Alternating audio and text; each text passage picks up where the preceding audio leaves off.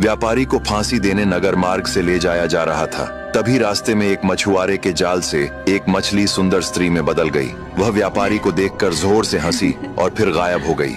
ये सब देखकर सभी लोग हैरान रह गए। राजा भी समझ नहीं पाया कि यह सब क्या हुआ। राजा ने तुरंत फांसी की सजा रुकवा दी और अपने मंत्री वरुचि को बुलाकर कहा, पता करो कि आखिर वह मछली कौन थी जो दिव्य स्त्री के रूप में आई, हंसकर चली गई। वरुचि उदास होकर अपने घर लौट आया।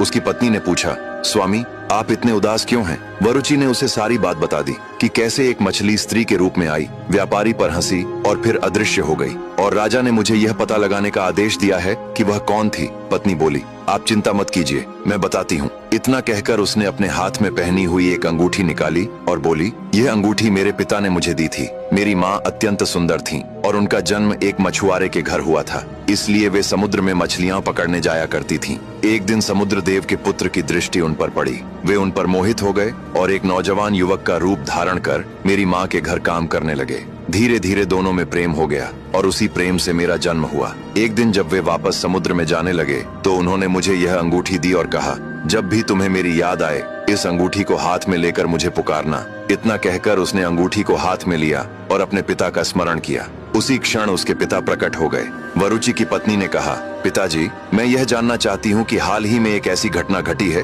जिसमें एक मछली मृत्यु दंड पाए व्यक्ति पर हंसी और फिर गायब हो गई। तब देव बोले, पुत्री वह मछली एक पवित्र आत्मा थी, वह राजा की मूर्खता पर हंसी थी। वरुचि ने पूछा, राजा की मूर्खता कैसे हो सकती है? उसने तो एक व्यापारी को फांसी की सजा सुनाई थी जो उचित भी थी। तब देव बोले, सुनो पुत्र, यदि तुम इस रहस्य को जानना चाहते हो तो आज आधी रात को नगर के बाहर बने श्मशान में एक बेर के पेड़ पर जाकर छिप कर रहना। तब तुम्हें सब पता चल जाएगा कि आखिर वह मछली कौन थी और उसने हंसकर ऐसा क्यों किया। इतना कहकर वे देव वहां से अदृश्य हो गए। अब आगे की कहानी जानने के लिए देखिए अगला भाग।